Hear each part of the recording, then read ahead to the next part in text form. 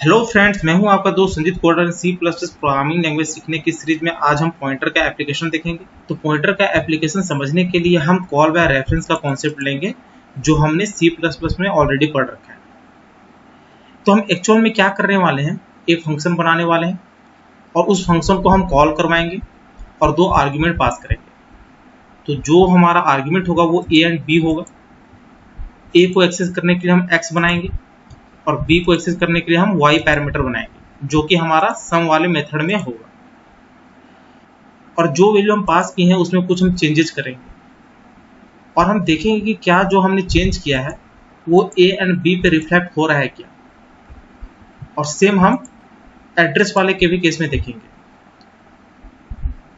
तो जो without address वाला हम केस लेंगे वो हमारा कॉल बाय वैल्यू हो जाएगा और जो हम एड्रेस वाला केस लेंगे वो हमारा कॉल बाय रेफरेंस हो जाएगा।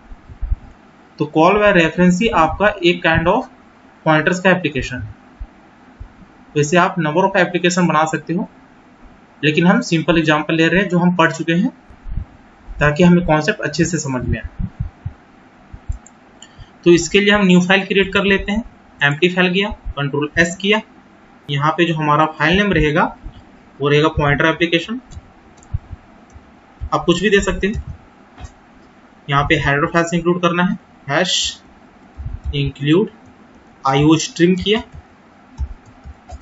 उसके बाद आपको यूजिंग नेम स्पेस स्टैंडर्ड देना है, तो यूजिंग नेम स्पेस स्टैंडर्ड किया। मेन मेथड देना है तो इंट मेन किया। अब यहाँ पे आपको एक फंक्शन को कॉल करवाना है और वो फंक्शन नेम हमारा रहेगा सम। तो यहाँ पे सम को कॉल कर लिया है। जब हमने कॉल किया है तो हमें बनाना भी पड़ेगा। तो यहाँ पे हमने सम नाम का फंक्शन बना लिया। ये किसी तरह का कोई वैल्यू रिटर्न नहीं करेगा, तो यहाँ पे हम वर्ड लेंगे, लेकिन ये दो वैल्यू गेट करने वाला है। तो यहाँ पे दो वेरिएबल डिक्लेयर कर लेते हैं, इंट x इंट y। यही हम करते थे। जब इसको हमने कॉल किया है तो यहाँ पे दो आर्ग्यूमेंट पास होगा, तो a, b पास होगा। जब इसे हमने पास कर दिया है तो यानी कि इसको डिक्लेयर भी करना पड़ेगा। तो यहाँ पे इंट a, b हो गया। यूजर को यहाँ पे मैसेज दे देंगे, C out enter two numbers.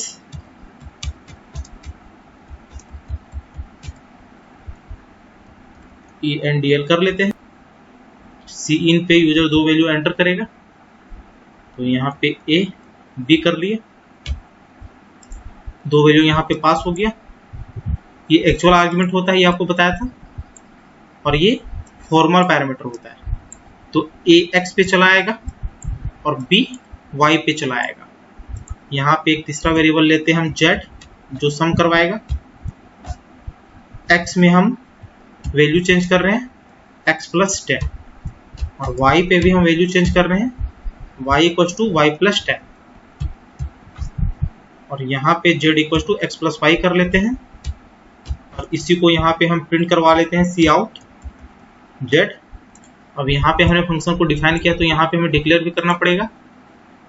तो यहाँ पे डिक्लेयर कर लेते हैं, ये हमारा वॉइड आएगा डेटा टाइप। यहाँ पे सम आ गया और यहाँ पे ये आर्ग्यूमेंट ले रहा है तो दो इंट आएगा। ये मैंने काफ़ी बार आपको बताया कि कैसे करते हैं। देखिए, जो पहला वैल्यू एंटर होगा वो 10 होगा एंड बी वाला जो वैल्यू एंटर होगा वो 20 होगा। तो ए एक्स पे चलाएगा तो एक्स का वैल्यू 10, बी वाई पे चलाएगा तो वाई का वैल्यू 20। यहाँ पे हम इंक्रीमेंट कर रखे हैं तो 10 प्लस 10 20 हो जाएगा एक्स का वैल्यू, और वाई का वैल्यू यहाँ पे क्या हो जाएगा 20 प्लस 10 30। तो 20 एंड 30 50 हो गया, तो जेड का वैल्यू 50 प्रिंट होना चाहिए। और यहाँ पे हम क्या कर लेते हैं, v4 function call a and b को प्रिंट करवाना चाहेंगे। तो सी आउट पे यहाँ पे हम लिख सकते हैं v4 function call a and b is, यहाँ पे a कर लिया, यहाँ पे डबल कोट्स में स्पेस कर लेते हैं और यहाँ पे b कर लेते हैं। यहाँ पे ENDL भी कर लेते हैं। सेम यहाँ पे इसको कॉपी करके यहाँ पे भी कर दिया। जब यूजर वैल्यू एंटर करेगा तो वो यहाँ पे आएगा। यहाँ पे बेसिकली हम ये चेक करवाना चाह रहे हैं कि जब हमने फंक्शन को कॉल किया है तो उससे पहले हमारा a एंड b का वैल्यू क्या था और जब फंक्शन कॉल हो गया उसके बाद हमारा ए एंड बी का वैल्यू क्या था।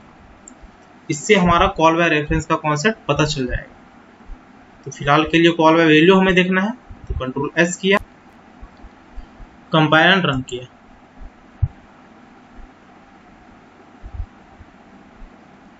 एंटर 2 नंबर्स पूछ रहा है, तो पहला हमारा 10 हो जाएगा एंड दूसरा 20 हो जाएगा। अब यहाँ पे देखिए before function call A and B 10 and 20, यहाँ तक तो सही है। ये हमारा 50 आया है सम, जो कि z का वैल्यू है, और यहाँ पे after function call A and B 10 and 20, यहाँ पे वैसे हमें आफ्टर देना था, कोई दिक्कत नहीं। तो यहाँ पे आफ्टर फंक्शन कॉल जो आपका वैल्यू आ रहा है वो 10 एंड 20 आ रहा है। मतलब यहाँ पे आप देख सकते हो जब बिफोर फंक्शन कॉल किया तो ए एंड बी के वैल्यू में किसी तरह का कोई फर्क नहीं पड़ रहा है, लेकिन जब यहाँ पे आफ्टर फंक्शन कॉल किया है तो यहाँ पे भी ए एंड बी के वैल्यू पे कोई फर्क नहीं पड़ रहा है। तो ये आपका कॉल बाय वैल्यू के केस में होता है। लेकिन जो पॉइंटर्स का एप्लीकेशन है, जिसे हम कॉल बाय रेफरेंस भी बोलते हैं, उसमें ये कंडीशन चेंज हो जाएगा। इसमें हम क्या करेंगे, एड्रेस पास करेंगे। यहाँ पे भी एड्रेस कर दिया, और इस एड्रेस को एक्सेस करने के यहाँ पे पॉइंटर वेरिएबल लेंगे, यहाँ पे भी पॉइंटर वेरिएबल लेंगे, और इस पॉइंटर वेरिएबल में हम चेंज करेंगे।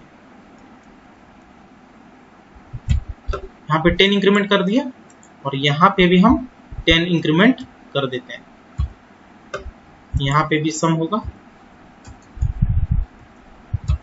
अब सेम कंडीशन को हम यहाँ पे रन करवाएंगे और हम देखेंगे कि क्या चेंजेस आता है। इसको सेव किया, कंपाइल एंड रन किया। सॉरी, यहाँ पे भी आपको एस्टेरिस्क सिंबल लगाना है, ये आपको बताया था मैंने। इसको सेव किया, कंपाइल एंड रन किया। एंटर 2 नंबर्स पूछ रहा है, तो यहाँ पे पहला हमारा 10 था, दूसरा 20 था। अब देखिए before function call A and B is 10 and 20, जो कि यूजर ने वैल्यू एंटर कर रखा है। सम हमारा 50 हो गया, जो कि z का वैल्यू है। After function call A and B 20 and 30, यहाँ पे चेंज आ गया। फर्स्ट वाले कंडीशन में तो एज इट इज वही था, लेकिन जब फंक्शन को कॉल किया उसके बाद हमारा वैल्यू चेंज हो गया। तो ये कैसे होता है, ये पॉइंटर्स का एप्लीकेशन है, ये कॉल बाय रेफरेंस के केस में ही पॉसिबल। इसमें एक्चुअल में क्या होता है कि जब आप एड्रेस पास करते हो तो जिस वेरिएबल को वो असाइन होता है वो आपके पुराने वाले वेरिएबल को पॉइंट कर रहा होता है। पॉइंट कर रहा होता है का मतलब क्या होता है कि वो एक ही मेमोरी ब्लॉक को पॉइंट कर रहा होता है। आप ये मान के चल सकते हो ए जिस मेमोरी ब्लॉक में स्टोर है उसी को x पॉइंट कर रहा होता है, सेम y b को पॉइंट कर रहा होता है। इस वजह से जब हम x को चेंज करते हैं तो वो a पे भी रिफ्लेक्ट होता है, सेम y के केस में होता है। और यही रीजन है कि a का वैल्यू इंक्रीमेंट होके 20 हो गया और b का वैल्यू इंक्रीमेंट होके 20 से 30 हो गया। तो यही होता है आपका पॉइंटर का एप्लीकेशन। इस कॉन्सेप्ट से आप नंबर ऑफ क्वेश्चंस बना सकते हो। तो उम्मीद है ये वीडियो आपको अच्छी लगी होगी। यदि अच्छी लगी होगी तो चैनल को शेयर और सब्सक्राइब जरूर करें, साथ ही बेल आइकन को भी प्रेस कर लेना ताकि जैसे मैं एक नया वीडियो अपलोड करूं उसकी नोटिफिकेशन आपको तुरंत मिल जाए। Thank you, happy learning.